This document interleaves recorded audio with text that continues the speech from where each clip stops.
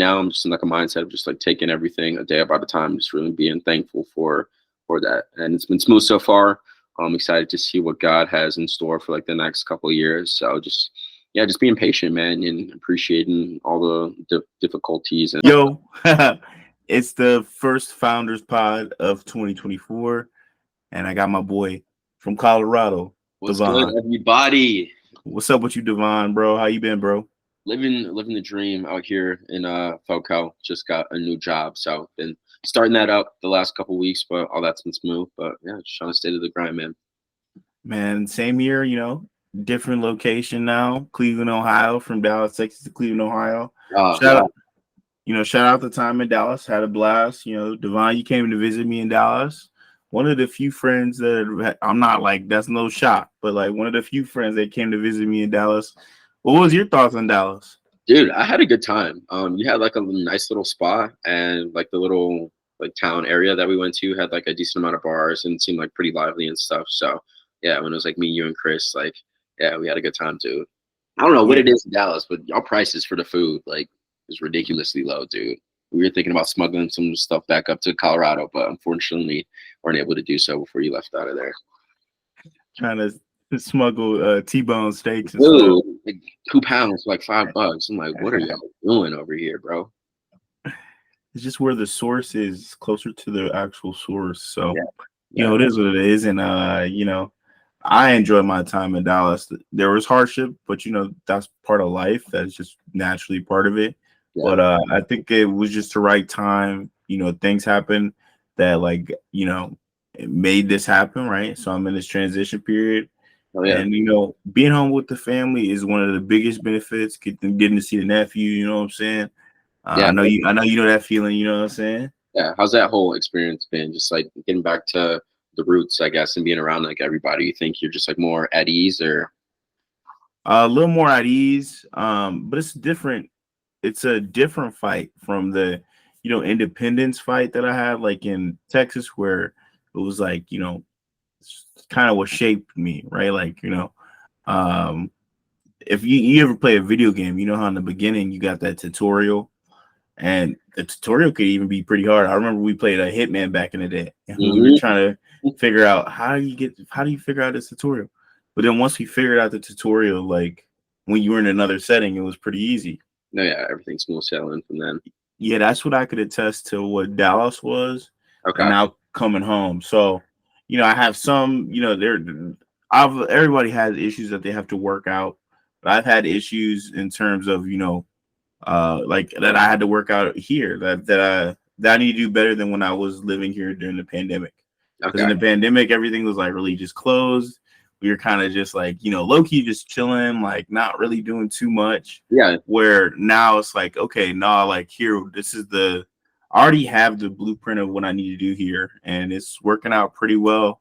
Get to spend time with my little brother, you know what I'm saying? He's grinding. Yeah. He's got he got new things in his life, new elements. Hmm. But then also getting to see the friends. Haven't seen all of them, but I've seen most of them, and starting out this workout group, you know what I'm saying, and helping with my squad back in Shaker, and there's a tendency of people who always hate on people that like or not hate on. Maybe I'm not trying to say hate on, but Yeah, you good. I'm competitive, so I always have to internalize and think of the new, what's the new war, you know what I'm saying, to keep Oh yeah. you, engaged. But people have this like thought on like, oh, like you went back to your hometown, like type of like, oh, that's a L. But Hmm. I don't think it is. And I'm here, for the time being, but I'm gonna make the best out of it. Like I'm gonna use it to the best of my ability. So No, yeah, yeah. that's how I look at it. No, as you should. And I think just like kind of to piggyback off that, I had a buddy from college who just moved back to Pittsburgh for very similar reasons, just to kind of like start anew. And um, yeah, nothing wrong with like going back and just like resetting a little bit, especially when you've been like so far away from the fam. Just kind of like recenter yourself and like everything and just get the next steps together. So kudos to you, man. I wouldn't say like I'm jealous that you're back in Cleveland, but this year, out of the last two that I've been in Colorado, it's definitely been like a more homesick, not being able to like see the family, and maybe it is because Deja just like had a baby, so I'm not around like my nephew and Yeah. whatnot, and like even like not seeing you guys like as often, like it's just hit me like a little bit more. So the fact that you are able to like get a few months just to kind of do all that before you go back to Jacksonville, or is that like set in stone, or? Yeah. That's the move. We're going for Jacksonville, and if it doesn't happen, it's supposed to be. We're planning the fall winter of 24. But if we want to let things cool off after everything, we might end up. It might end up being next year, early next year. But yeah, dude. I mean, going back to Jacksonville is like kind of the same purpose, right? Like, I feel like I'm rejuvenating my community while I'm home. To the best of my ability. I'm not no saint or anything, so I can't. Every little thing counts. Right, but like what I'm saying, like getting to hang with Will, and now we doing this workout with Lincoln. You know what I'm saying? Mhm. Me and Lincoln 2 and 3 all time on the speed of for rowing. So Oh, he was that up there. yeah. Well, Lincoln beat me. He beat my school record. I had the school record. Lincoln beat it. Okay, So good. yeah, and then this kid that just graduated last year beat the Cleveland record. So this kid is like that, but and then we're gonna just try to get other kids around, not other kids because we all adults now, but you know what I mean, in my mindset, the Yeah, youngsters, the people that want to get back into rowing or just get back into fitness. We even thinking trying about we want to try to get Vince in it as well, you know what I'm saying? Like yeah, wedge just off. have yeah, I mean, yeah, well, if Wedge want to get into, we got another big one. You know what I'm saying? It could play out so well. It's a sport that we're so easily connected to, and that we have connections where we could have a boat, we could figure things out like that. So, Yeah, I mean, I think that's solid. And I mean, the goal is right for a rowing club in Jacksonville. It's crazy. We already starting like a little mini rowing club up in mhm. Cleveland. So Yeah, it's just dude. like it's raw. Yeah, dude. Get the little foundation together and then bring it over when you do make that move.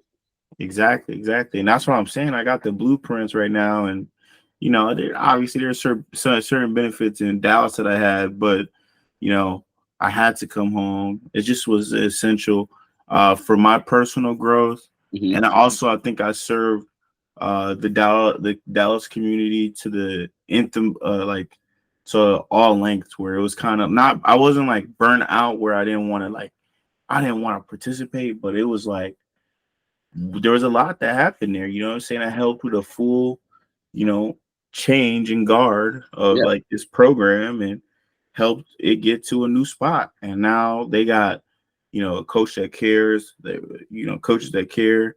I'm not saying that the other coaches didn't care either. I'm not saying that either, but yeah, coaches that care for them and coaches that want them to excel and giving them like the blueprints that I couldn't give to them. Right. I already had the blueprints of, leadership, accountability, kind of the basics that you need to build, but they got the expertise, so they're gonna let it run. And start that culture. yeah, exactly. And my boss came in right halfway through when I came there. His whole idea was to change the Dallas community and run, and he's doing it. I was there for a transition period. We had some turmoil. There's a lot of stuff that happened there. But they're in a really good spot now, and I wish them nothing but the best. And obviously, I got a lot of athletes that are still ex kids. You know what I'm saying? They got that pride in them. So Yeah, I'm excited for that. I'm not excited, but you know what I'm saying. I'm excited to see what happens with that. But it yeah, does also teach me, our impact, bro. Like you never know, D. Like you might have a smaller impact with some kid at Van Aken District when you come to visit, right? hmm, And you never know, bro. Like 2 years, 3 years down the way, he remember you. Oh, that's that one. I don't know his name, but that's the yeah, guy. You know what I'm yeah. saying? Or like, Yeah, the way he said something just like really resonated with me. And then like to your point, you don't really know how much like those little words and like interactions can like affect people. So I think it just goes to show like how you really do gotta do your due diligence to try to bestow as much information to like other people. In addition, gathering it from like others. But if you are in a position to like mentor or give like a little bit of advice, it can go a long way. without a doubt, and dude is as young as Poot's age, bro. He Uh, clowned you earlier, calling you oh, Corey. call me Corey, Yeah, crazy. but he knew your name though. That's the thing. Because when you left, he said, "Bye, Davon." I I know. was like, I was like, oh man. But You which is should have good to seen see it. because he got that talk in him. He can talk the talk, which is nice. He could He he knows the what he's future what's out, CEO, we'll make sure that he's in a good spot later on, doing. Exactly. Freaking when Chris came into town though, man. I was gonna say, like, Oh man, seemed he like he freaked out. enjoyed the He freaked hell out, out bro. of that, man. This man, I mean, Chris gave him when he was a kid this little baby gravedigger, like the pillow. Yeah. And I'm not gonna lie, bro. If you see a picture of it when Chris gave it to him, because I had a photo of it, Mhm. man, Chris kept it in mint. Like that's such a Chris thing, but he kept that shit in mint condition. That bitch was clean. Like Yeah. it had all the prints up. Now, bro, Pootie done worn that boy out, but he loves it, bro. It's like a love for it. I can already tell that Chris has like got like a decent amount of influence on Pootie. Just like even after like the fire truck stuff, like Yeah, he yeah. was just screaming that like, I want to be a firefighter and like all this and stuff. So it's just crazy to see that at like such a young age already. I picked him up. I picked him up from my grandma's after work one day, and he Yeah. goes, oh man, it's just so hilarious. He goes, I'm going to Colorado to Yeah. fight fires. I Yeah. go, Yeah. oh my god, bro. I couldn't think of the exact thing, but yeah, that's what Chris was telling me, which is like so sick to hear, bro. Yeah, man. So like, and the thing is, it's like all of y'all, like he got like he be catching vibes from y'all, and especially the cool ones. Jamal babysat him back in the day, so Yeah, I he do. will always remember Jamal. You know what I'm saying? So Yeah. whenever he'll always just look, hi Jamal or Justin. Oh my gosh, he does the deep Justin voice. Oh, Or I see. Justin, like he a clown, like he's such a good guy. So this this podcast not about him, but you get the point. Like, what I'm saying? You could make that impact and it's something super small and Mm-hmm. it could butterfly into something crazy. So yeah, dude. Man, tell me, man, like I've had homesickness and especially like in Jacksonville Mm-hmm. and especially in Dallas, especially because I didn't have too many, you know, for me in Dallas, I needed outside of rowing friends, and that's any place for Mm-hmm. me to succeed. I can have all my friends that are rowing based, but I Mm-hmm. need some friends that are not rowing based. But what is it like? Like, what's this homesickness different than the last few years?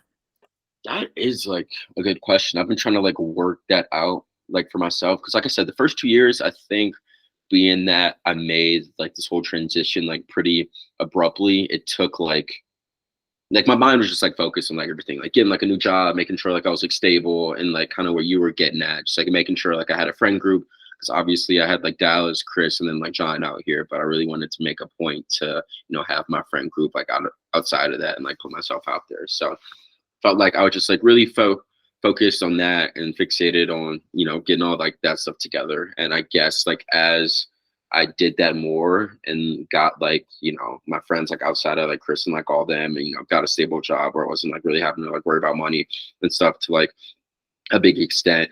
uh it was like, all right, my mind's not like preoccupied about like filling like all this other stuff. So then you start thinking about like, I guess like the homies more and just like not being able to see you guys like as much, even if I was in like a state next door or something, like it'd be pretty simple. Like I could drive over a couple hours, like or whatnot. But it'd be like certain moments where like, damn, like it'd be super dope to like kick it with X or Justin or what have you right now, and not being able to do that so quickly. I think is what kind of like hit me so much like this year. Like I said, just because I got like all the other foundational stuff like out of the way, and like I said, Deja having like a baby, I think that just kind of like reinvigorated the need for like family time and like really like appreciating that and stuff and just seeing him like he'll be 2 in like August. He's got like the same or around the same birthday as like me and Deja. But and the fact that he's already about to be like 2 years old, I'm like, geez, dude, like I'm always seeing that goofball like like 4 or 5 times. And granted, when I have gone back to Cleveland, it's been for like a couple weeks and stuff. You just I don't know, you just see time go by a lot quicker. So it's like more imperative to like make time to go out there and see them and just be more family oriented and stuff. So I'm trying to be better about that. Uh, my plan a flight out to Cleveland within like the next few months, just to kind of touch base with like everybody and whatnot. But that's been something I've been trying to kind of like work out the kinks with, just trying to get as much family time as I can because you never know, man. You never know. No, I feel you on that one. I feel you on that one. I think that plays a part into my homesickness Mhm. as well. Like you just never know. Like, man, if you got the opportunity to go home, man, go home.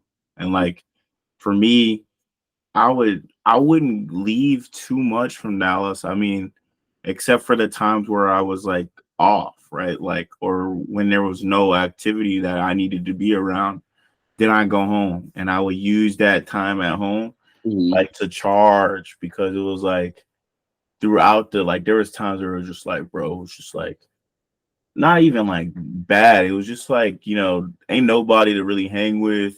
Or I just got like other the event and like yeah, just like I would always attest this to being my vacation, and most people go to vacation Hawaii, mhm, San Diego, mhm. and then I chose Cleveland because that was like, if I had, if D or somebody else was in town and it made it a little extra, it was kind of like, all right, bet, like I got it, like that's why I think it was so cool that like one of the first weeks I was back that I had got to see Chris the whole time, and it You was know, man. fire, right? Like so, It's been like what, uh, 2 years or like something like that? Or obviously like he came out to Dallas like with me, but well, 2020, 2021. yeah, since he's But been then back. I saw y'all at the end of 2021, and then I saw y'all. Then I saw y'all in 2023. So I Mhm. saw y'all last year. And then we was gonna plan another one for this year. Man, I had a plan for my birthday this year. If I was still in Texas, Yeah. we were gonna go down to Austin. We were gonna go check out the comedy mothership, Yeah. and we were gonna ride birds all night long, dude. I had it planned to a T. It That'd was gonna be lit. So do we'll have to plan it some other time. But Austin is very weird, but is raw for a night or two. You know what I'm saying? So What's like, highly recommend. yeah, Huh? what's weird about it, or I guess like what's like a little off-putting? It's got the West Coast vibe in Hmm. Texas, but Okay. like the full West Coast, like a Cali almost. Okay. Interesting. I wouldn't have guessed that. I got some buddies from college that just moved to Austin, I believe, and they're trying to get me to go out there, but I've never Because it's been. very techy, Okay. like a bunch of people. I work for Alphabet, which is, Google, or I work for, Meta, Facebook, right? So like it's a lot of those people around, but then there's also like you probably notice now because you are like kind of Western. I would call Colorado Western in a way. No, yeah, we get like a lot of West Coast vibes, a lot of influx from like California and stuff. Well, So, you know like the Western homeless culture that is kind of like outlaw-ish, not mhm, in like they're criminals, but like in the it's the vibe almost like the like nomadic kind of, say it again. like nomadic kind of Almost, yeah. spirit kind of vibe. Is that where you're like trying to get at, or Yeah, but they would be more like the old school westerns. Like, you know what I'm saying? Like it's not like your traditional, or what people would imagine a homeless person today. okay? It's kind of like a more edgier, like version of that, like an edgy, Never. like Georgian Lenny, like type vibes. Oh, okay, okay. I see You what know you're what saying. I'm saying? Like, So just like, yeah, a mice and men type. Like, they hard working, like they just looking for job, like wanderers. They looking for jobs, but they kind of tough. They okay, tougher than I'm not calling today's homeless people not tough. That's not what I'm saying. So you gotta work harder. yeah, that's not what I'm saying at all. I'm so sorry, y'all, if y'all Uh, watching for real, because that's not like what I'm trying to say. My point is, you get what I mean. yeah, Like kind of a roughier, edgier, like just a little bit. hard. Yeah. Okay, no, I get you. Um. Just like more of those like kind of people in Austin, which you weren't like really expecting. Yeah. Okay. Yeah. And it was probably, and I don't mean it in a bad way. It was kind of like no, it wasn't too dirty. It was just it was more city. It was just more city than most of Texas. Okay. Because Dallas's downtown is a real ass city. Mhm. But that I don't know. It felt a little bit more city ish. Okay. in the good ways and in the bad ways, if that makes sense. No, yeah, I definitely can get that. But yeah, like I said, I haven't been, so yeah, I'll Yeah. have to be on the So lookout. when you do go, man, let me know. Man, if you let me, I'll slide with you, bro. You know what I'm Dude, say saying? less. We'll make it work. Um, so yeah, dude. But shout out Austin. So, um, but man, yo, D, tell me about where the grind started in for you in Colorado. So I Mhm. mean, you working out, he doing the weird, at least for the homies, it's weird. Okay, maybe the girls might like it, but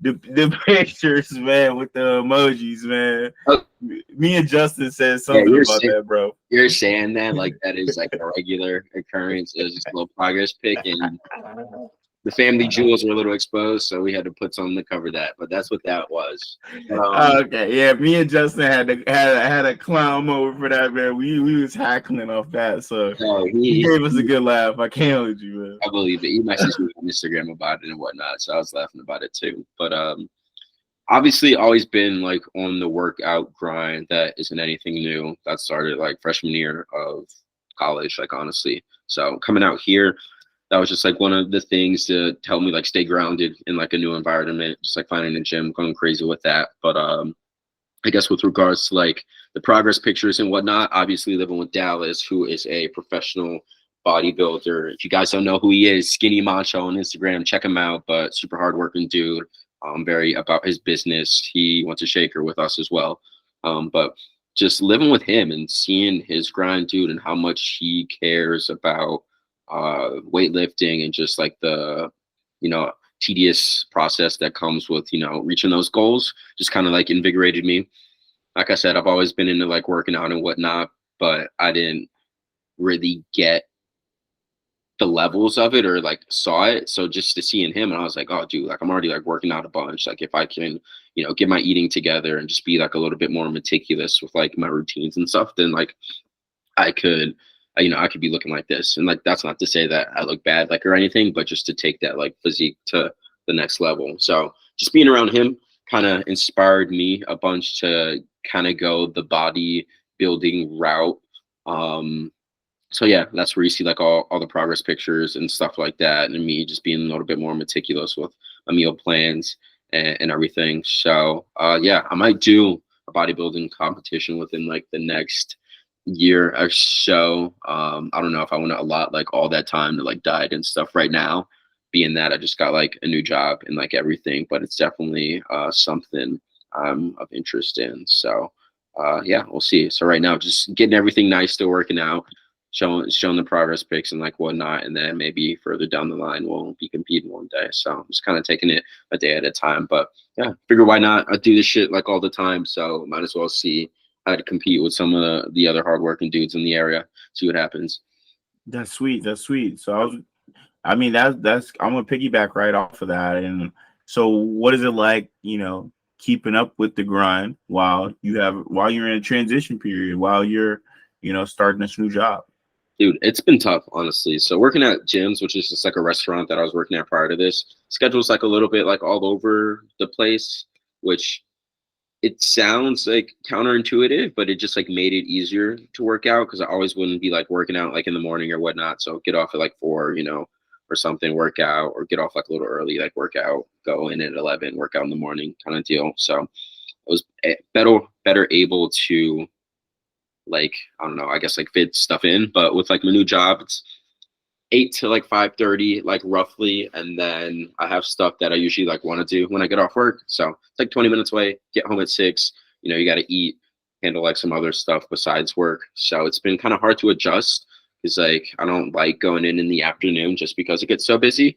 So it's like, all right, like I really gotta be on like this 4:30 grind, and like I did it for like a week, but this last week I've been kind of slacking and whatnot. So it's definitely been a process trying to figure like all of that out. But like I know what I need to do. It's just about like getting in that routine and like really dialing in and staying consistent like with that.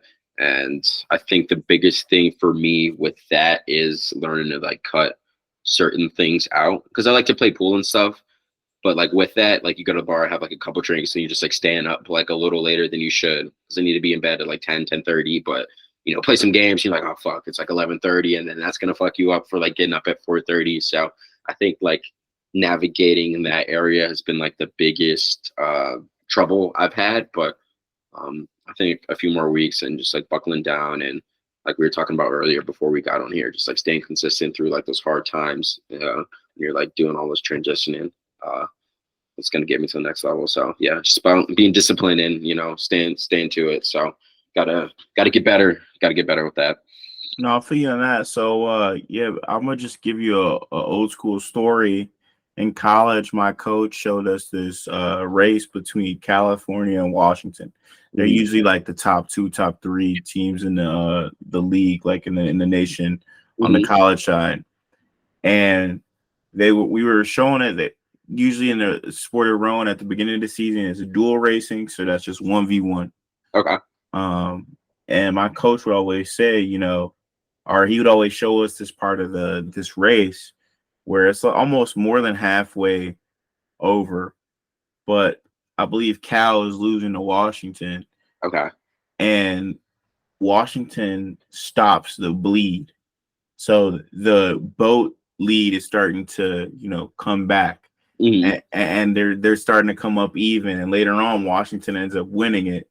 So Mm-hmm. they walk this boat, right? They walk it all the way down.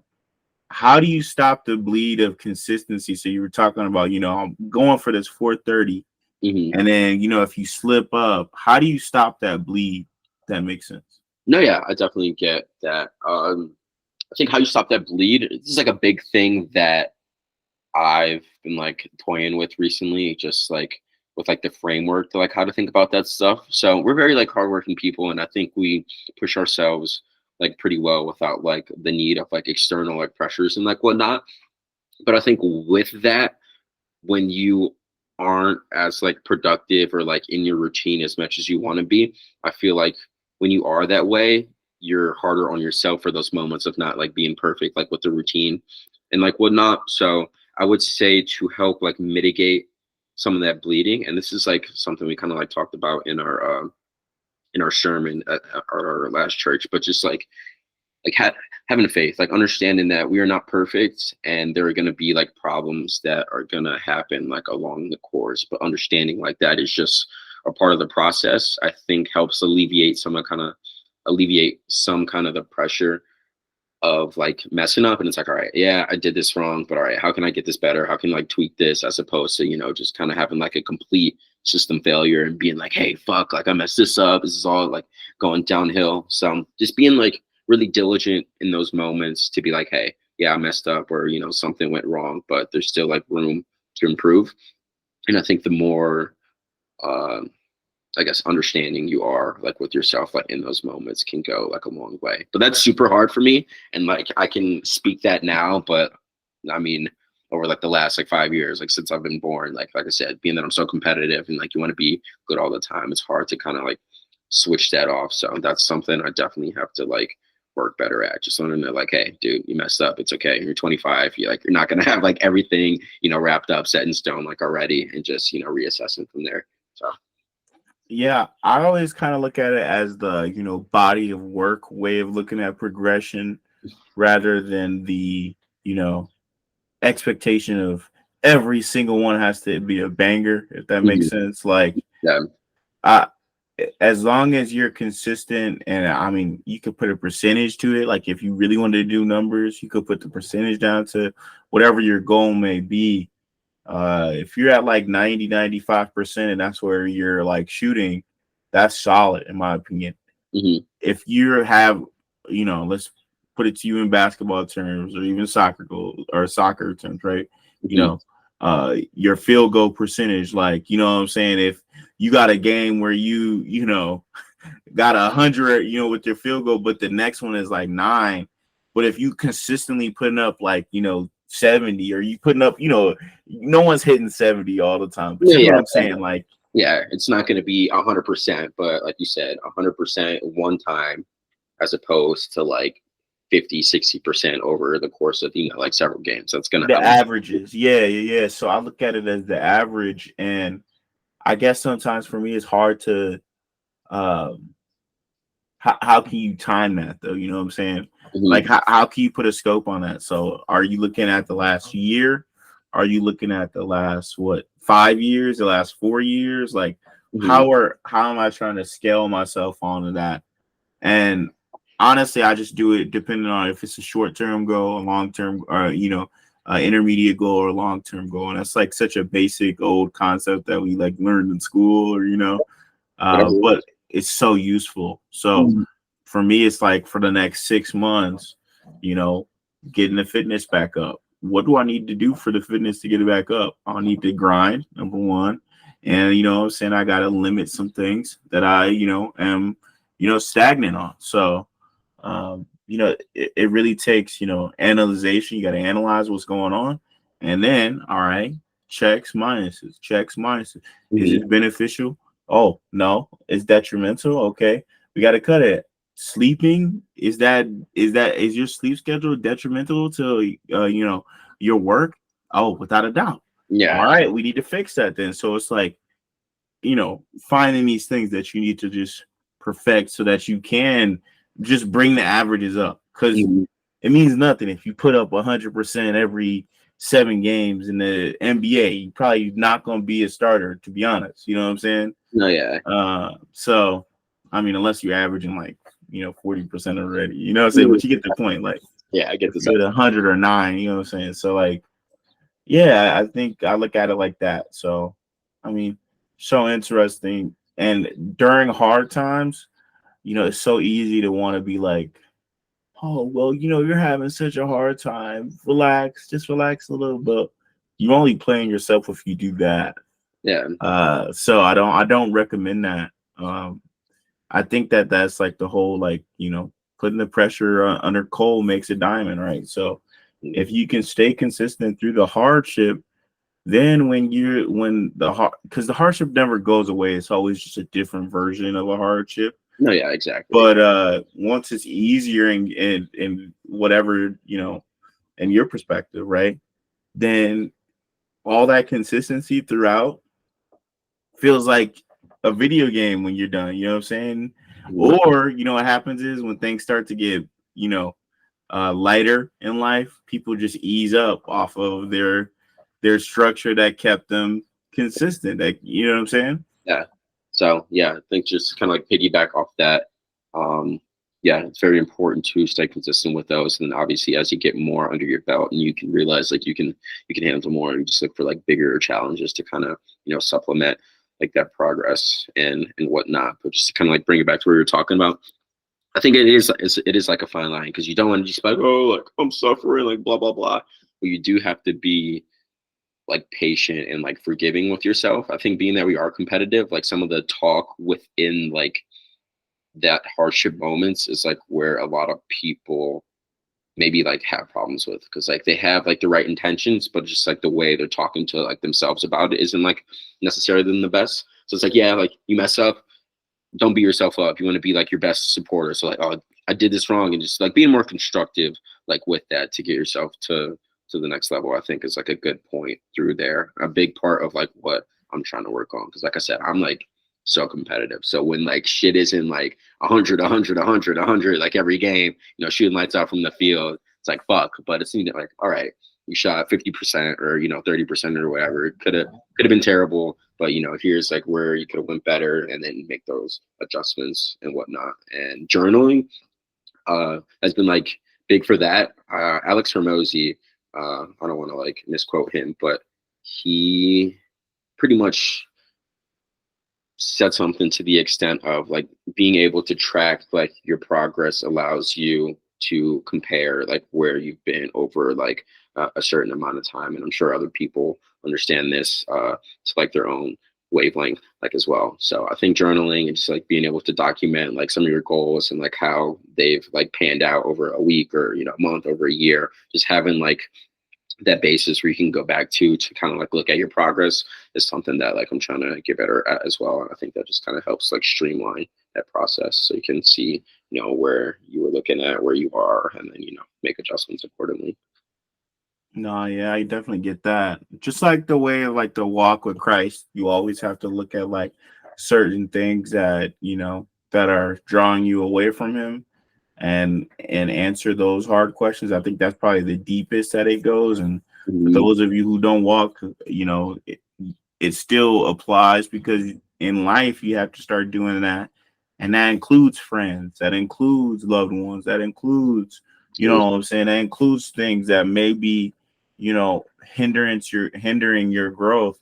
It's hard, but it takes time. It takes, and I guess journaling really would help with that as well, just to like I said, identify what do I need to address, how do I need to get there. Mhm. uh, Not the how do I need to get there, because usually that's the most simple answer in my opinion, No, yeah. but it's mainly identifying and what do you need to take out and what do you need to add. And it's tweaks, you know what I'm saying? And I always think, Rome wasn't built in a day, right? That it's a corny expression, but I I hope. mean it's real, you know what I'm saying? So um you know that's hard, that's really hard. And to really just, because you're looking at yourself in the mirror and it's kind of like that, like, okay, man, now I got to be honest. Yeah. It's almost a gulp moment. You're like, oh man, It's hard. what, you know what I'm saying? It's like, oh man, I gotta clown myself from back in the day. You remember back in the day,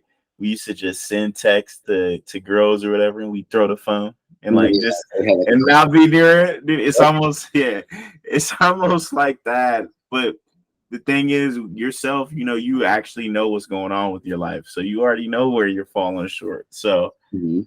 I think the walk with Christ though has helped me look at it in that like constructive way where you're building and not with everything that's going wrong. And I've Mhm. never, if I looked at everything that was going wrong for what it was, Dude. I probably have a mental, we probably all would have some Yeah. mental Dude, breakdowns. for real. And that's why the word of God is so powerful, because just the amount of forgiveness and the sacrifice that he had to do for us, it's like a very, very humbling experience, honestly, because, what he went through, if he's able to forgive us for all the deeds we did to him and all the disservice that we did, it's like, all right, I have him with me, so I can take myself less seriously because he was able to do that. And what he went through was infinitely like more difficult than like what what we're going through right now, like on an everyday basis. So just like having that kind of perspective is something that I've been trying to like really solidify with like my walk with Christ. But yeah, like you said, I think it does make all the difference when you do walk with him, because you just see all the things he went through, and then you can apply that to your life and be like, you know what, like this isn't so bad, and just gives you a little bit like more direction and a little bit more peace of mind, I guess. And I don't want to blaspheme, but the expression "hold my beer," like, I guess hold my water. And Christ could say, hold my water. You know what I'm saying? yeah, No, I don't want to hold your water, uh-oh. God. I'm Yeah, sorry. You know what I'm saying? yeah, that's just, Because he been through a lot. You know what I'm saying? And you nailed on. still had the grace, but we go through probably a centimeter of compared to his miles and miles of what Dude, yeah, went dude, on with him. it's that. Yeah, if that, you can't really even actualize, really that was just a metaphor. No, yeah, yeah, but I But get it. no, I know, but you know what I'm saying? It's just it's crazy. So for us to have, there's so many people that are angry with God, and I hope one day that they, uh, you know, I can't fight it, so we could pray for them. That's the most that we can do, or evangelize to them through through our actions. I think is the best way as well, Yeah. to show that we're actually followers of Christ and not just, you know, I put up verse on my like bio type people, you know what I'm saying? Like actually, walking with Yeah. faith, um, and not hypocrites, basically, right? So I think that's the only way you could like really evangelize to those type of people. But there's a lot of people that got like church hurt, who are Mhm. hurt by the institution, so they automatically put the institution with God and they connect the two, Mhm. where it should never be that way. Oh, And exactly. It's not the case. because it's man made, right? So it's just like man is gonna mess up things and ain't gonna make people feel some type of way, and they're gonna do some things for control and power. We already know this. Mhm. This is not anything new. YouTube, Mhm. please don't censor us, Yeah. but because that's just anywhere. It's like whatever institution that's ran by a man, it's not going to be sovereign all the way. So, I mean, I know I'm going on. That was a whole nother rant that was going on there, but you get the gist though. Yeah, but I think it was like an important tangent to kind of speak on. Like we said, walking with Christ has been like a big help for us. But with that, the more you profess your love and your commitment to Him, you're gonna get a lot of uh, discourse and backlash from that. So it's like a good thing that you touched on that because it's not easy.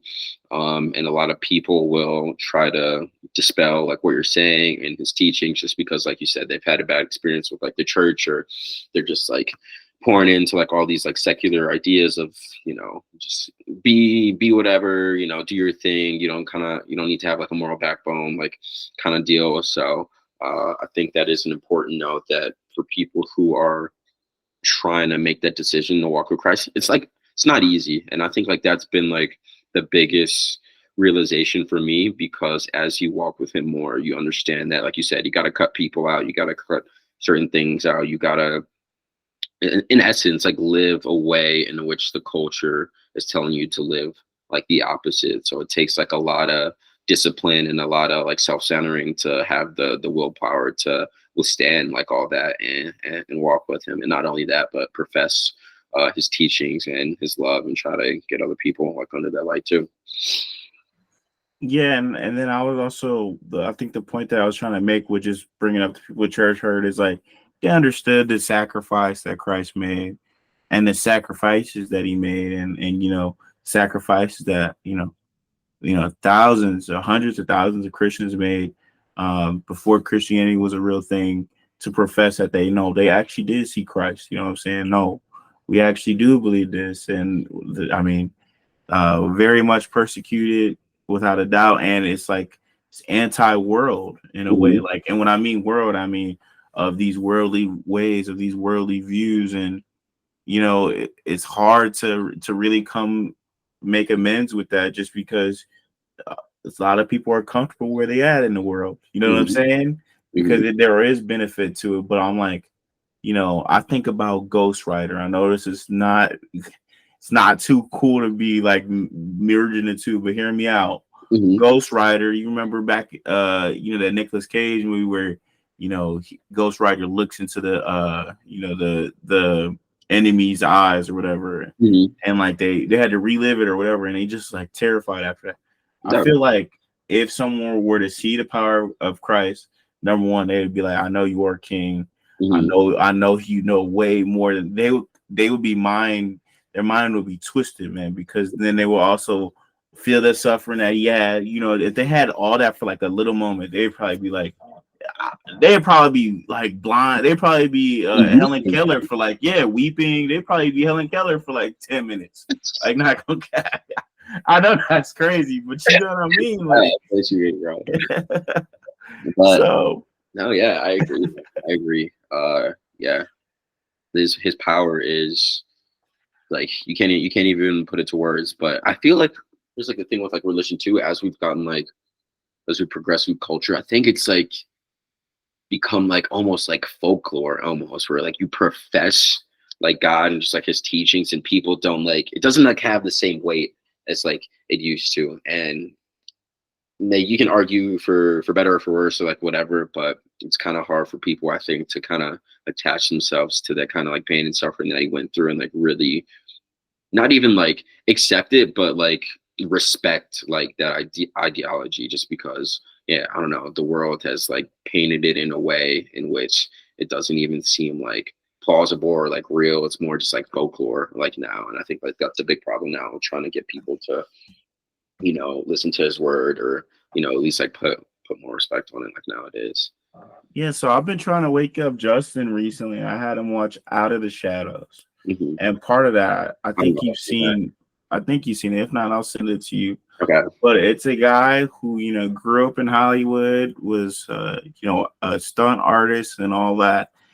And what you find out is that essentially, like at the whole gist of it is, these celebrities are the new mythology characters. They Hmm. are the new gods Mhm. Little G, not big G. No, They yeah, are the new gods. So idolatry. people are, and I'm not like, look, I'm not hating. I'm not hating. But to a verge, like that's what happened with I mentioned it one time. I mentioned, but at a verge, I had to stop like being on Brian all like that. You know what I'm saying? Like, because it felt Being on like what? being on Brian. You know what I'm saying? Yeah, Like being a fan of him like this. yeah, Like yeah. to a sense, it turned into riding. You know what I'm Mhm. saying? I'm gonna keep it censored for what we talking about Yeah, right now, but idolatry, for lack of a better word. yeah, idolatry, duh. Yeah, I'm talking about riding. Pause. Yeah, you're a clown. You're a But look, that's what I look like. Cause it's clown. like, okay, bro already broke the scoring record. Mhm. Kudos. Obviously a great accomplishment. But when he hit the 40K, I'm looking through Instagram. I'm like, all right, bro. Like, I'm no hater. Like, I'm just saying, like, Right. the riding's crazy. The idolatry. Mhm. In the new translation of the Bible, they're gonna change idolatry to riding. I know. You're setting a precedent, bro. It's gonna be underscore riding. Right. Translations, And actually. just the fan behavior. That's why it's so interesting to see what's happening with the celebrity class right now. Mhm. I'm always not enamored, like I'm obsessed, but I'm always they give us clues into where society is heading. So Mhm. that's the reason why I pay attention to it. I remember you asking me why I always pay attention to Will Smith. Mhm. And it's because it's one of the biggest senses of demasculization that I've seen, that I've witnessed, that part's even been a part of, right? Yeah. Not to his extent, don't get me wrong, but you know what I'm saying? Like that is happening in the world, and it's I'm not saying that men need to stand up and revolt. Mhm. It's just the context of we are like equal beings, men and women, but we have different roles. Mhm. And when you come down to this Will Smith thing and why he ended up smacking Chris Rock or where he is right now, like the dude's banned from his whole lifestyle that he ever wanted to like be. Mhm. He damn near sold everything and did everything he needed to get there and ruined it in an emotional moment because he was being demasculated. That's just the bottom line. Yeah. And it's yes, it's a micro event, but Mhm. that's a macro, that's happening on a macro level with a lot of men. Mhm. And yeah, it is in relationships, or it happens in brother sister dynamics where the sister might have the advantage because she's the more favorite in the family, and she it that happens all the time. So Mhm. looking at that class, because they were supposed to be these gods, to see them, oh no, they're just human now. No.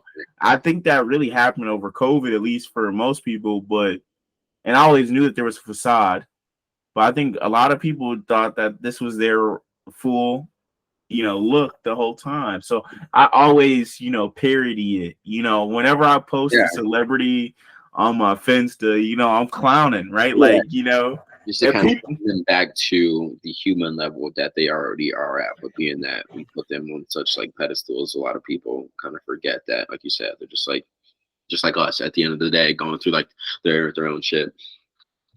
Yeah, and then it's like, okay, well, they don't have any much more knowledge than I have. They might have more resources to an extent.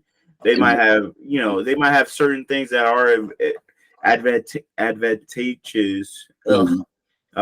in this world. However, in the grand scheme of things, are they the creator of the world? Probably not. You No, know yeah. what I'm saying? And just to kind of like piggyback off that, like you said, they might like fall in all this money or like portray this image that they have like all these resources, but when you see like how their contracts are like structured, or what's going on behind closed doors, it's like there's a lot of things that kind of like offset what you might perceive as like a bonus from like the material wise. Like, yeah, you got all this money, but now I gotta act like this certain way, I gotta portray like this certain image. So it's like, yeah, you might have all these resources, but the amount of liberation you're giving up from like a human perspective, it's like, is that like even worth it at the time? And just to kind of like put everything together, when we glorify these people for making decisions that, yeah, like monetary wise might be of benefit, but when it's at the cost of your freedom and like your liberty, it goes to show that, yeah, just like you said, it sets like a bad precedent for the people who like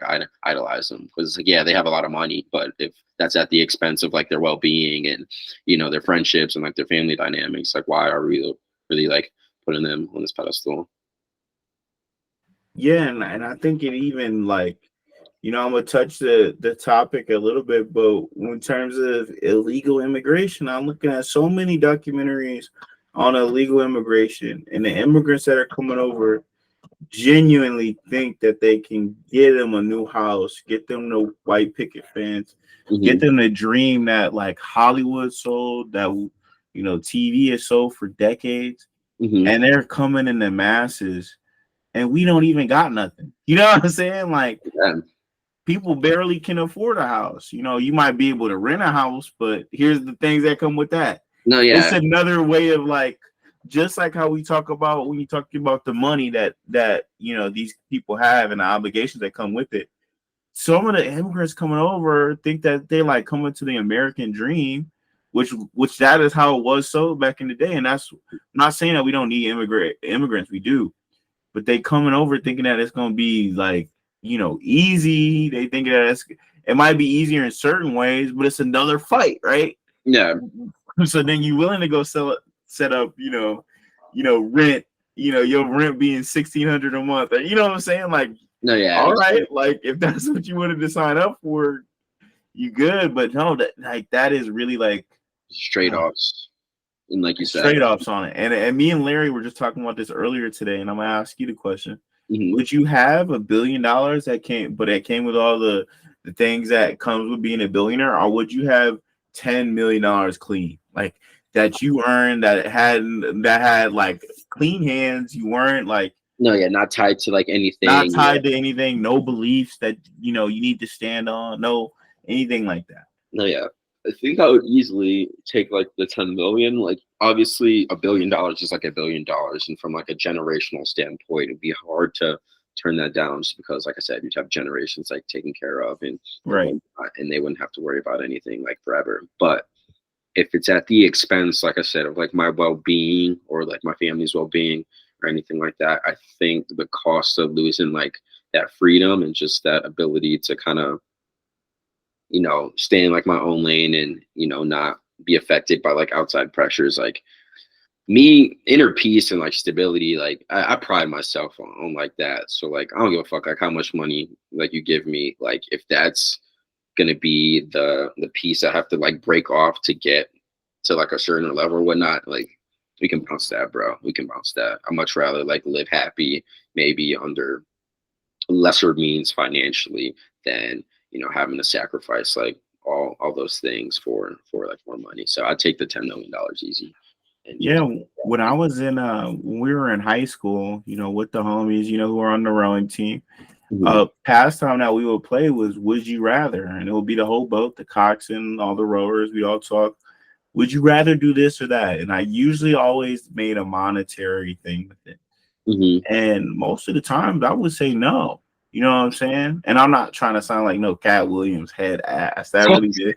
That sounded so Cat Never. Williams. I would never. Never that. Never that. But no, like, nah, like I'm gonna stand on business. Even if somebody might be like, that's stupid. You know what I'm saying?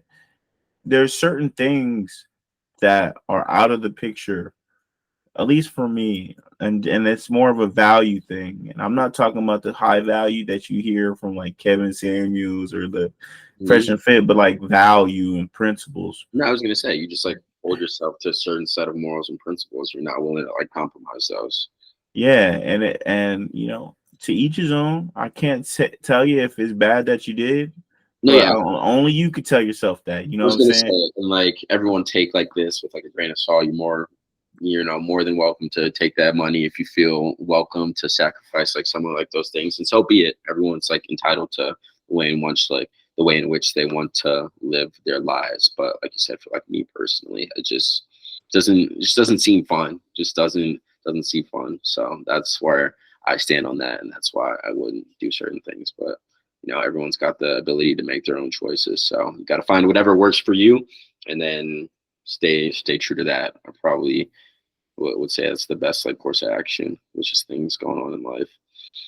Yeah, Yeah. yeah. So I mean, just looking at that celebrity class, I don't want to get into it too much, but I mean, it's interesting. Some people look at it in that whole way where they really just do love the celebrity and they want to follow everything that they do. Dude, and And like I, if that's like what you want to do, like by all means, like go crazy and throw yourself like all right into that. It's just too much for me. But if you can handle that and you got the mental fortitude to be all over the, hey, go crazy. And like that, yeah, that's for you. and to be put on a loop, I mean, because it's kind of just like, would you do that for an average person? Like, would you do that for your mom? Mhm. I'd actually give you, I'd be like, okay, rock on. If you were all about your mom like that, cool. No, yeah. You know what I'm saying? So, wherever I was going with that, regardless. But you know, it's just so interesting to see the celebrity class starting to fall. Like they really are starting to just show that they're people and show that some of their money's coming from crooked Ways. directions. You know what Yeah, I'm saying? Like, look at Diddy, you know what I'm saying? yeah. And how long have we been talking about that? Like just as like, our friend group, we've been talking about that for like 2-3 years, No, yeah, probably. yeah, yeah. And now it's like reality. It's kind of crazy to think about that. But I will always continue to clown that man. I don't care. Yeah. He got his money, but the things he had to do to get there, I'm just cool on it, man. I'm a drama free person. I don't like all the blase going on behind the scenes. So it just couldn't be me. That's all I gotta say. Just couldn't be Couldn't me. be me. Couldn't be me. Yo, tell me, man, tell me, what things do you like about Foco Hmm. that are different, or is there a cultural difference that you had in Foco compared to Athens or Cleveland?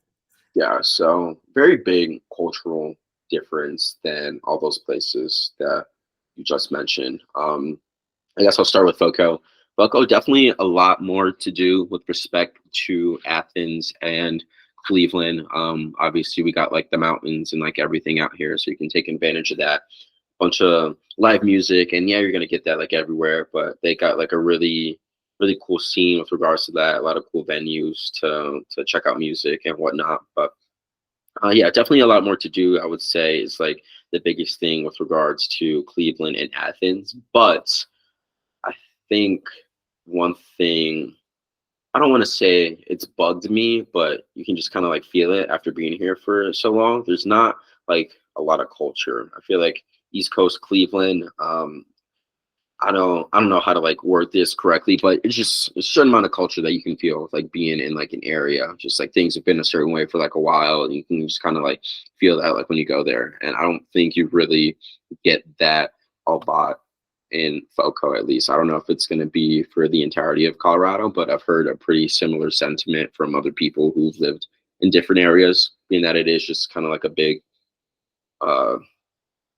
cultivation of like a bunch of people coming from like different areas. There's like no set like, yeah, like I said, Would you culture. call it a melting pot or Yeah. no? Yeah, there's a lot of people. You get a lot of people from California, Wyoming, and even like in Boco, it's a very like college town. So obviously you got like a lot more people from all over. So I've met a lot of East Coast people out here. But yeah, I think there's just like more to do. There isn't necessarily like a lot of culture, and like I can't define that more than just like saying culture right now. So like forgive me for that, but I think you guys got a general idea like what I mean by that. So I think that's like kind of what I miss about Cleveland. Like when I go there, obviously been there my whole life, but there's just like a lot more homely aspect to it that I definitely vibe with. And it's always nice to kind of get when I am going there for like a few days or like a week or whatever it may be. Um, with regards to Athens, Athens was like a cool like college town like area, but I was like some culture, but like you really just like drinking there, like honestly. So there's not like a crazy amount of, you know, stuff to do or like whatever. But those are probably like the biggest differences like with regards to like those two situations. Definitely like a lot more to do out here, but you sacrifice like some culture and diversity. Um, so, which is kind of like what I miss because being that we grew up in Cleveland, it's very like diverse area, and like Athens was like that to some extent, but you don't really like get that like out here. And that's not to say there aren't like any black people, but not a lot, not a lot, and not even like black people, but you know, different ethnic groups as well. So, still been a great time. I still love it out here. I definitely think I'll be out here for like the next few years. It's been treating me right, but yeah, I'd probably say those are like the biggest things that like I've picked up. Yeah, I definitely remember you mentioning that part of that aspect, and I think like too. I think like just even visiting, like I get what you mean, like culture Mhm. wise, like it's not. I'm not just necessarily saying because there ain't no brothers there. You know what I'm Mhm. saying? But it's mainly like I definitely understand what you mean though. Like And like I don't know how to phrase it in a it's way like that like articulates, but it's just like you like can Cleveland's got like, oh, that's so Cleveland.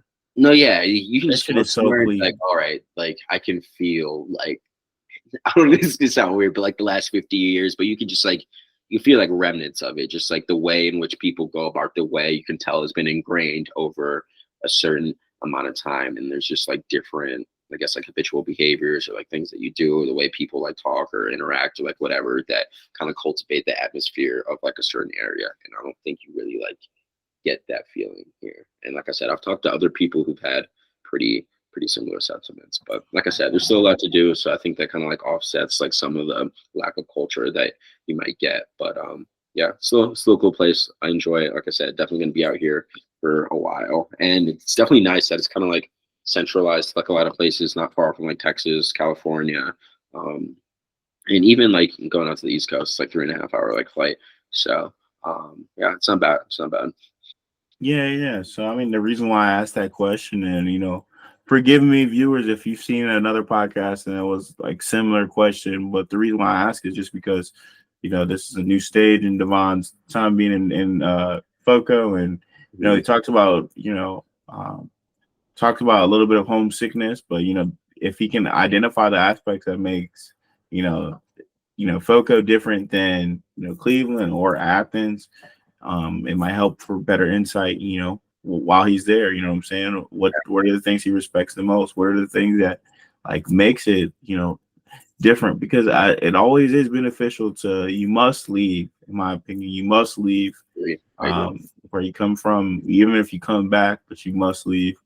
Um, just so that you can understand different parts and understand that certain things aren't common, right? Like, that's Yeah, what I'm saying. Like if you were just a straight Clevelander, you would be lost. If you spent 24 of your years in Cleveland and you went out to Colorado, you probably would be like, just in Cleveland. But at least you had Athens, at least you got to go travel and stuff like that. So that's always beneficial. So yeah. I think it is like just to kind of piggyback off that important to kind of throw yourself out there and just have like different reference points for like the way and like which people live. Like you said, you could always like go back if you don't like it, but just being able to experience like different styles of like how people live and how they go about their business just makes you a more like well-rounded like individual being around like different people. So I'm definitely so glad I did this. It's kind of crazy. I was like just like talking to myself the other day because like me moving out here is like very spur of the moment. I knew I had like a year left at Ohio University, could do remotely, so I was either be in Cleveland living at home, maybe like try to move to Columbus, or like coming out here. And then like in the span of 2 weeks signed a lease and then moved out here like 3 months earlier, just on like, some fuck it, hey, we'll like figure it out.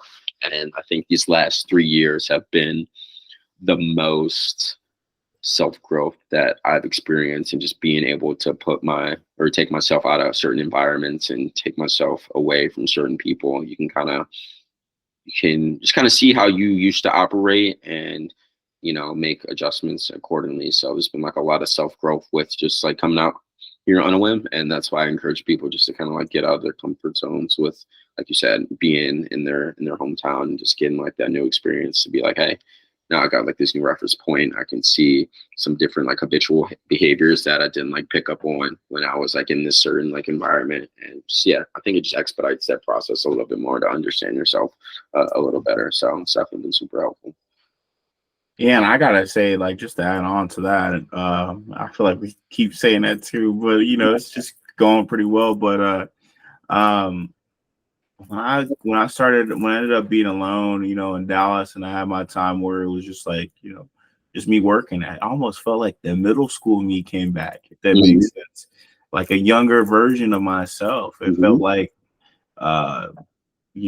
and that I think that is part of finding yourself again. You end up, because if you have none of your outside influences or your friends that you like talking with every day, the different influences you may have. When you don't have that for a little bit, then you say, "Oh, okay, yeah, I remember I used to operate like this. I used to, Yeah. these are the things." So, and or was this a bad habit that I was doing back in the day? You know what I'm saying? So you Oh get to yeah. really identify things. So I really appreciate, that aspect of it as well. I kind of wanted to go into like a general, a general time where we just, chat about whatever else you got on your mind or any questions you may have for me or any questions I may have for you. And then we'll just wrap it up. Cause I mean, we got some more founders podcasts that we need to attend to. And I think that we really, executed our goal for this one, No, yeah, I think this was like pretty smooth. Like you said, we might have been a little redundant with some of the stuff we talked about from like the previous podcast, but I think that just goes to show like things are very simple and like they don't change much, but the experiences that you go through will be hard. So like the strategy is still going to be the same and whatnot, but as you get thrown in like different situations, it's just going to be like a little easier, a little harder to like navigate that certain plan. So it's always nice just kind of like recoup and cultivate all that again. But with regards to wrapping up, I mean, like, do you have anything? Got any goals coming up? Anything like on your mind or?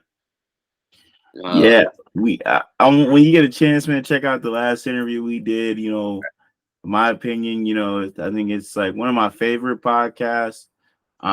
Me and Corey actually did a podcast with our whole or with our guest Jaden Hurd in 2021, and at the time we thought it wasn't really right to put it out, but we lost the tape, so we were gonna put it out at some point, but we lost the footage. mhm. Um, and it wasn't anything on our end. We just didn't think that like censorship wise it would be allowed to be on. You got a black conservative is who we were interviewing. Mhm. How people view conservatism and those, their viewpoints within on like social media or even, we come from a very liberal area, so you know how that comes from. So Yeah, we were we were kind of like scared. It was almost like we were like hiding to yeah, put well, this out, hiding to put this out. But I think we brought a human aspect to it. okay, It was a very Christ driven conversation, okay, and I think we did a really good job. Corey felt that he felt that like because the previous episode he felt like he didn't say a lot, and then this one he kind of was hard on himself, but you know, we uh we put out an intro so Corey can have a little bit more time, to put his thoughts out there. And I think it was a valuable conversation, eye opening to some people. And we're just like hoping and praying, hope we don't lose friends. But like if you got a friend that you losing because they're salty that you interviewed somebody, like were they mhm, really even your friends? You know what I'm saying, in the first place. So yeah, I think that's one of the things going on, here. Obviously coaching, loving to get back. I'm getting back on the water with Shaker soon. Just trying to help my old community, I think, or not my old community because I'm back at it, but helping out the community best I can. yeah, Like I said earlier, but I mean, dude, that releasing that podcast though was like relief, honestly. Like it yeah. was actually like a relief. So when you get a chance, man, check it out. Tell me what you think. Dope. Yeah, well, Uh, and doing conversations with for the last few weeks with Peter Yohannessy. mhm. I gotta get you on a pod with him one day. No, yeah, just so sorry I that missed you it could, earlier, yeah. but yeah, I woke up kind of late. But we'll, No, all good, all good. No, I know, I know.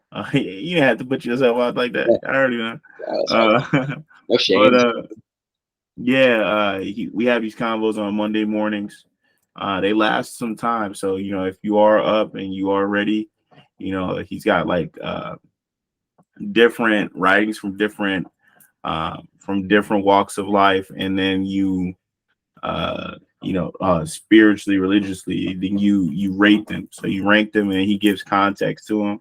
Mhm. Sometimes it's from the Torah, sometimes it's from the Bible, sometimes it's from the Quran or this Chinese religion. I can't think of it offhand, Yeah. but they all have some of the same ideas, not ideas like they carry the same topic. So you really just like the way that I do it is I usually like what I'm most familiar with. I'm most familiar with the Bible and the Torah. Hmm. Not really too hip on the Quran. So I usually am picking those first, and it's not off of like but just because I'm most familiar with it. Yeah. But then we break it down, and then after that, we have some time where we talk, and I mean, we have some very valuable conversations. So, We have very valuable discussions, and then in the newest one, he kind of talked to me about his time um, in some of these psych wards in our area and how it is how it's used in law enforcement. I had no idea. So it was an interesting conversation, very eye opening. I think I'm gonna clip it up and put it on What's Out. Well, I'm clipping up a lot of our conversations because we really do dive deep into some of our personal things. okay. All right, and we talk about it, we work it out, but then we also like we'll make media references just like we do, like we might mention a movie or something Yeah. to that extent. But yeah, so it's Mondays early in the morning, you on Mountain Time, so it's like totally different. But if you ever have some time, bro, I think it would be a great conversation for you just to come on in and at least meet him and chat with him and stuff. No, yeah, we'll definitely schedule some time to make that work. I'm glad all those have been going smooth. How long you guys been doing like the whole Monday routine? Well, I've been doing it. Well, Corey and him started out that Monday that I was moving from Dallas to Cleveland, and then I've done it every week since, and been pretty good. Corey doesn't have too much time because that's his time for his schooling, but overall it's been pretty well. And I talked to him about this in like one of the second sessions, but I saw recently an Adam Sandler movie that I loved back in the day, but watching it now, it's like, dang, I really took a lot from that movie, Yeah. even as a kid. It's Click, man. Such a good movie, Yeah. man. Click, yeah. Since I've seen that, but banger. Yeah, man. If you ever got some time, a day off or whatever, and you about to, I don't know, crack a beer or just cool out for a workout, man, check out Click, man. Tell them what you think, because I find a lot of gems, like not even hidden, but I found some decent gems that like I even wrote them down in my like while I was journaling, and it was just like, dang, bro, like even though it's still goofy, it's still Adam Sandler, but I Mhm. took a lot out of it, man, and it really, I really think that it just the whole like. I'm not gonna ruin it for those who haven't seen it, even though it's a movie from Yeah. 18 years ago. Yeah. But I think that movie resonated a lot with me, and I think I will move it up a little higher in my movie list now. But yeah, dude, I mean, pretty solid, man. Other than that, man, I mean, I know that was a whole tangent, but It was just keeping me informed, so I appreciate it. That's what I asked. But so what about you, brother? just yeah, taking everything a day at a time. Getting nice with the pool. I do want to go to Vegas within like the next couple years to just kind of see what that's about to play. So got some tournaments and stuff that'll be coming up that like I'm pretty excited about. And then obviously just staying out on the workout grind and being on the bank grind at work. But just like being present, like more than anything. I know we were talking about earlier how much we want to like be consistent in these, difficult times and the importance of that. But just like enjoying the process. I think a lot of the times we get so fixated on like getting at the end result, and that's inevitable. But yeah, I think right now I'm just in like a mindset of just like taking everything a day about a time, just really being thankful for that, and it's been smooth so far. I'm excited to see what God has in store for like the next couple of years. So just yeah, just being patient, man, and appreciating all the difficulties and everything that comes with that while being on this grind, man. So yeah, in a great space right now, mentally, uh, yeah, spiritually, like yeah, emotionally, like you know all of it. So just really trying to stay present in that and staying thankful because you know obviously God has the ability to take that away quickly whenever He wants to. So just being appreciative, and even like when those moments come, being appreciative in those as well, because that's how you become a better person at the end of the day. So staying present, man, enjoying this thing called life. I feel you on that, and you know the motto, man. God bless the work. You know what I'm God saying? bless the work, y'all. And I gotta say, man, if any of you guys, tuned in, listen to Davon and I on our second episode of the Founders Cast. Founders Cast means anybody who is a member of what's out, you know what I'm saying, even prior to when it was incepted, right? Like if they were an influence, with the founders and was part of it, I count them as a founder. Justin, me and I, were the ones that really like thought about it and put it on paper. But Chris, Devon, Ted, who was on the last episode of Founders, we about to get Max and Matt on soon, and hopefully a Will Landau interview as well, or maybe a Peter Zagara. You know what I'm saying? So very grateful, for you guys to listen to this pod, and if you guys have any questions for Devon and I, Devon is always on, you know what I'm saying, whenever he's available. And he wants to start making content at some point, you know what I'm saying? So lock in with us. If you have any questions, ask us. If you got anything you guys want to comment, if y'all want to roast, you want to call him the bald waffle boy, or you know what I'm saying? Yeah. You want to call me, Call me 8 Ball. Call me 8 Ball. What did Montrez Harrell call me? Oh my god. Oh dude, I forgot the Instagram DM that you said. Oh my gosh, bro. He called whatever he called me, it was one of those characters from back in the day. One of the Wayne brothers. Oh man, it'll come back to me, man. I'm gonna just put a picture of him. But yo, man, we really appreciate it, man. It's been What's Out, man. Peace out. Hey, it's been a pleasure, y'all.